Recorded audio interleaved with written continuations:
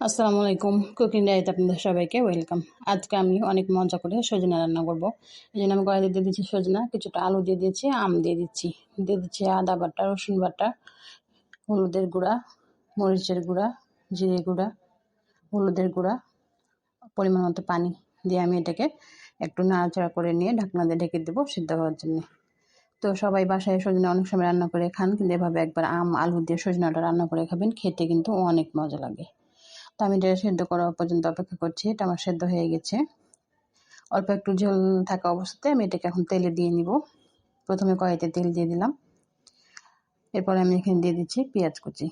সজনাতে একটু বেশি করে পেঁয়াজ দিলে পেঁয়াজটা খেতে খুব ভালো লাগে। তো এভাবে পেঁয়াজটা দিয়ে ভালোভাবে ভেজে নিলাম। এরপর দিয়ে দিচ্ছি সজনাটা দিয়ে পানিটা শুকিয়ে যাওয়া পর্যন্ত এটাকে খুব ভালোভাবে আমি একটু নাড়াচাড়া করে নিব। পানিটা শুকিয়ে গেলে এটা একবারে মাখা মাখা হয়ে যাবে, খেতে কিন্তু অনেক মজা লাগবে। দেখে বুঝতে পারছেন কতটা মজা হয়েছে।